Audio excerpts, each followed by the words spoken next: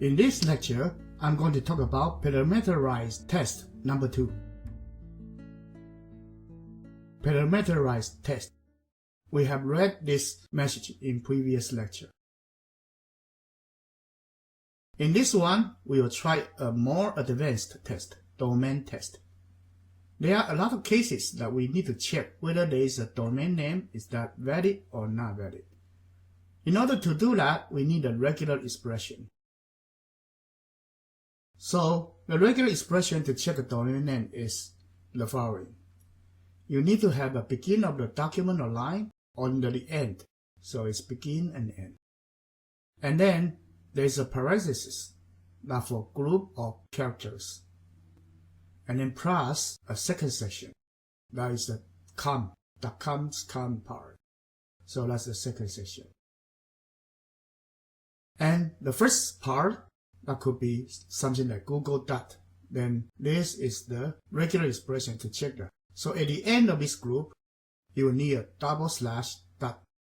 The first backslash means the escape sequence backslash. The second one means a backslash and then dot. And that become a dot. So double backslash dot actually means a regular expression one backslash dot. That means a dot. So let's finish this dot. At the beginning and at the end, we don't want these letters to happen. So this group of letters shouldn't be happening. There's no frequency mark like plus or start. So beginning and end, none of these marks. And in between, you can have one time up to 63 times of the following letters. You can have A to Z, uppercase, lowercase A to Z, and the digits, and a dash. Dash is allowed in between the characters. And the second part, the com parts or AU part or B's part, you can have 2 to 6 uppercase letters and lowercase letters. So this will check something like google.com.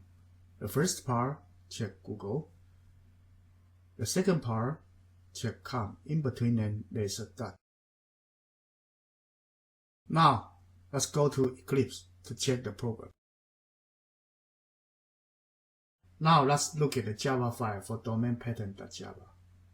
Right here, that's a class domain pattern, and you have a pattern handler p domain name, and the p domain name is a static code block that would create a p domain handler. That's pattern.compile domain expression pattern. Domain name pattern is right here. I have explained it in the slides.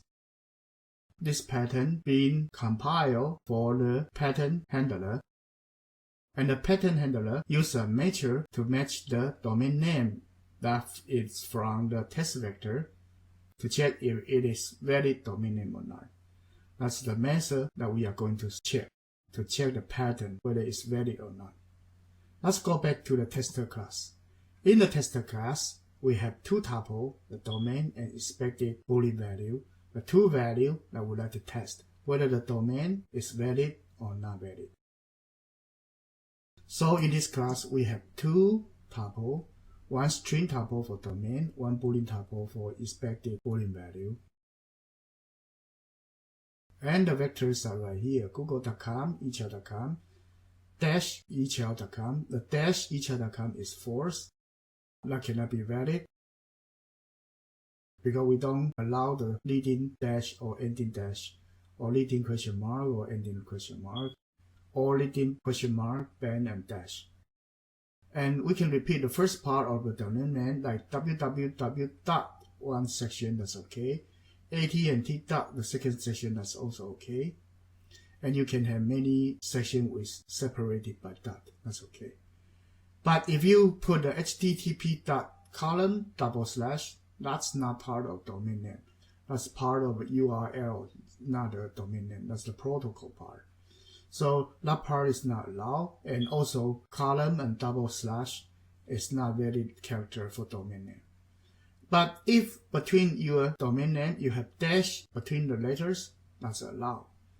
If you don't have that and then the extension letters, and then the extension letter is not allowed, and special characters are not allowed. Let's try it. So it's 12 for 12. I check one of the things.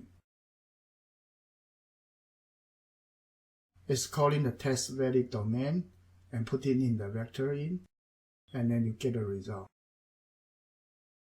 So you can add your own different domain name to check this program, and this program is very robust and very useful if you need to do some programming with the websites. Thank you.